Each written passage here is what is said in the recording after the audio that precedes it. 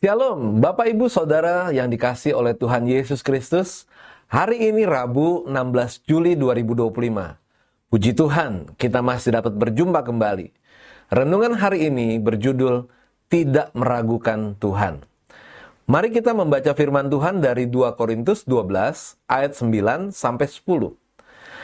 Tetapi jawab Tuhan kepadaku, cukuplah kasih karuniaku bagimu, sebab justru dalam kelemahanlah kuasaku menjadi sempurna. Sebab itu terlebih suka aku bermegah atas kelemahanku, supaya kuasa Kristus turun menaungi aku. Karena itu aku senang dan rela di dalam kelemahan, di dalam siksaan, di dalam kesukaran, di dalam penganiayaan dan kesesakan oleh karena Kristus. Sebab jika aku lemah, maka aku kuat. Misionaris itu bernama Isobel Kuhn. Dia lahir 17 Desember 1901 di Vancouver, Kanada. Ia tumbuh di keluarga Kristen yang saleh dan memiliki minat yang besar dalam pelayanan misionaris. Setelah lulus dari Moody Bible Institute di Chicago, ia bergabung dengan China Island Mission dan menjadi misionaris di Tiongkok pada tahun 1928. Isobel bekerja di Provinsi Yunnan, di mana ia mendirikan sekolah, rumah sakit, dan gereja. Ia juga belajar bahasa Tiongkok dan menjadi sangat terampil dalam berbicara dan menulis bahasa tersebut. Ia memiliki kemampuan besar untuk memahami budaya Tiongkok, sehingga sangat dicintai oleh masyarakat setempat. Tahun 1934, Isobel menikah dengan John Kuhn. Mereka memiliki 3 anak. Selama Perang Dunia Kedua, Isobel dan keluarganya dipenjarakan oleh Jepang di kamp interniran di Yunan. Mereka mengalami banyak kesulitan dan tantangan, tetapi mereka tetap memiliki iman yang kuat dan terus berdoa untuk keselamatan orang-orang Tiongkok. Setelah perang, mereka kembali ke Kanada, tetapi tidak lama kemudian kembali ke Tiongkok dan melanjutkan pelayanan misionaris mereka. Tahun 1950, Isobel dan keluarganya dipaksa meninggalkan Tiongkok karena revolusi komunis.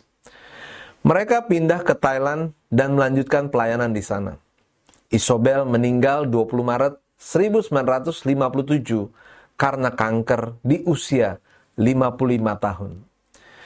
Ketika membaca kisah hidup Isobel di atas, sempat terlintas di dalam pikiran saya. Apakah Isobel marah kepada Tuhan karena membiarkan dia terkena kanker dan meninggal karenanya? Menurut catatan biografinya, ternyata ia tidak pernah marah kepada Tuhan. Sebaliknya, ia tetap memiliki iman yang kuat dan percaya bahwa Tuhan memiliki rencana yang baik untuk hidupnya. Bahkan dalam menghadapi kesulitan dan tantangan. Dalam buku autobiografinya, By Searching, Isobel Kuhn menulis tentang bagaimana ia menghadapi sakit kanker dengan iman dan percaya. Ia menulis, "Saya tidak pernah merasa bahwa Tuhan telah meninggalkan saya atau bahwa ia tidak peduli tentang saya. Saya tahu bahwa ia memiliki rencana yang baik untuk saya, bahkan jika saya tidak bisa melihatnya." Dalam 2 Korintus 12 ayat 7-10, Rasul Paulus menulis tentang bagaimana ia menghadapi kesulitan dan tantangan dengan iman. Diperkirakan Paulus mengalami suatu penyakit. Kemungkinan adalah penyakit mata yang sangat mengganggu tugasnya sebagai pemberita Injil. Ia pun sudah berdoa agar Tuhan mengangkat penyakitnya. Tetapi ia tidak mendapatkan kesembuhan itu. Namun, Paulus tetap percaya bahwa kasih karunia Tuhan cukup baginya. Lantas, bagaimana dengan kita? Apakah saat ini kita juga dapat berkata bahwa kasih karunia Tuhan cukup bagi kita di tengah derayan air mata? Ataukah kita justru menyalahkan Tuhan dan menuduh Dia tidak peduli kepada kita?